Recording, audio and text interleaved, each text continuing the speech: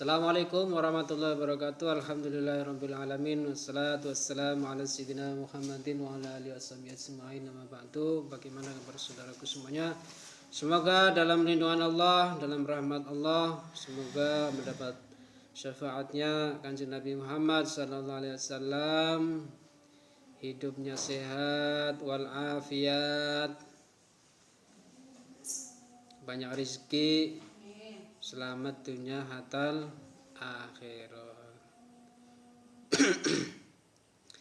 Amin Allahumma amin. Yang membaca amin, apalagi yang banter, yang keras, mudah-mudahan hutangnya lunas, kreditnya lunas, tuntas. Amin Allahumma amin ya Allah. Pada kesempatan kali ini ada satu pertanyaan. Yang namanya wakaf itu apa sih Kang? Esensinya kita memahami wakaf itu karena kadang terjadi simpang siur Kang.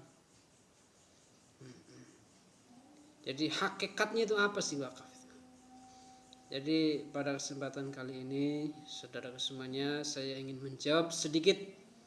Ya barangkali benar itu adalah dari Allah. Jika mana salah atau ada luput, ya itu adalah semata-mata dari diri saya pribadi sebagai manusia yang penuh dengan kealpaan. Bismillahirrahmanirrahim. Baik, saudaraku semuanya, perlu digarisbawahi, wakaf itu adalah satu keadaan di mana tidak ada yang bisa mentasarufkan. Mentasarufkan ngerti, sedulur? Apa mana yang mentasarufkan?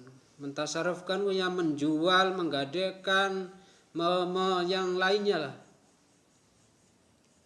Menjaminkan, termasuk. Maka konsepnya di dalam fikih ansi itu adalah habsu malin. Jadi satu keadaan habs, terbelenggu. Artinya apa? Harta itu, benda itu terhabs. Berarti tidak bisa tertasarufkan oleh siapapun. Habsu malin yumkinul intifa'u bihi ma'a baqa'i aini. Itu adalah konsep kita ambil dari Syafi'iyah saja lah. Habsu malin yumkinul intifa' ma'a baqa'i. Jadi habs, jadi unsur habsnya adalah satu keadaan barang atau benda itu tidak bisa ditasarufkan oleh siapapun dan untuk apapun. Jadi ada barang itu secara fitrah memang sudah wakaf, artinya milik umum. Bedanya gitu. Wakaf itu apa? Peruntukannya kalau wakaf itu kan untuk agama, untuk Allah, di jalan Allah. Itu bedanya. Bedanya dengan ateis atau yang tidak mengenal dengan Allah. Jadi ada unsur tauhidnya.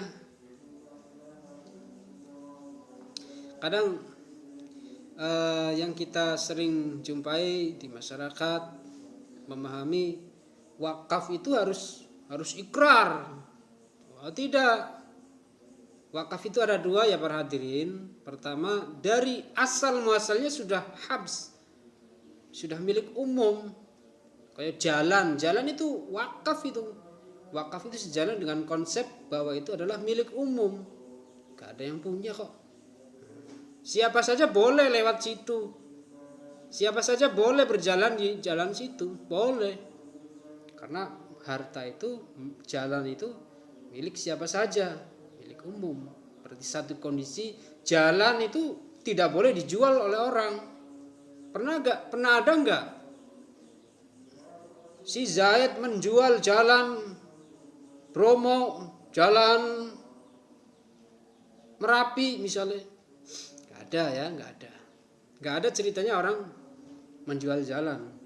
Karena satu kondisi jalan adalah habs. Keadaannya memang fitrahnya dari sana sudah habs. Atau ada lagi contohnya, satu kondisi masjid sudah berdiri, masjid Tiban atau masjid yang lainnya sudah de facto,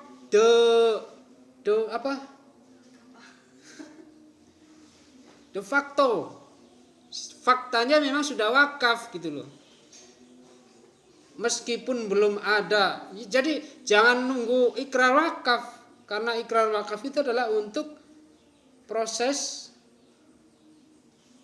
menyatakan tadinya hak milik menjadi wakaf, atau tadinya HGB menjadi wakaf, atau hak pengelolaan menjadi hak wakaf.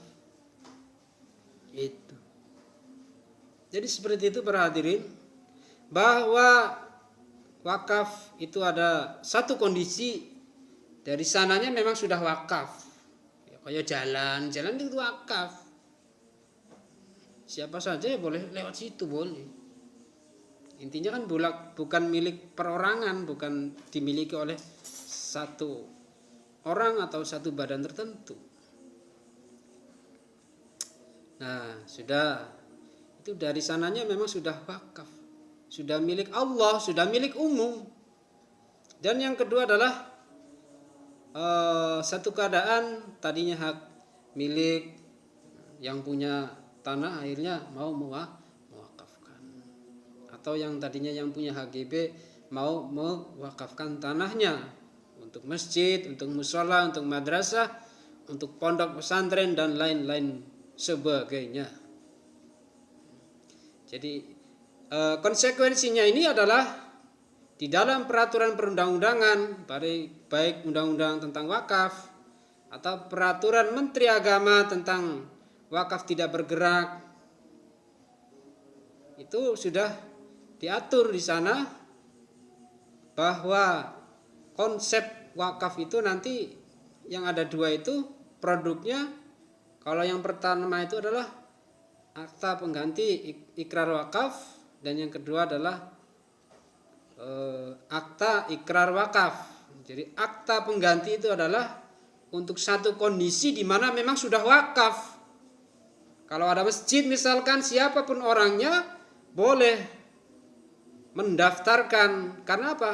De facto memang sudah masjid, sudah wakaf.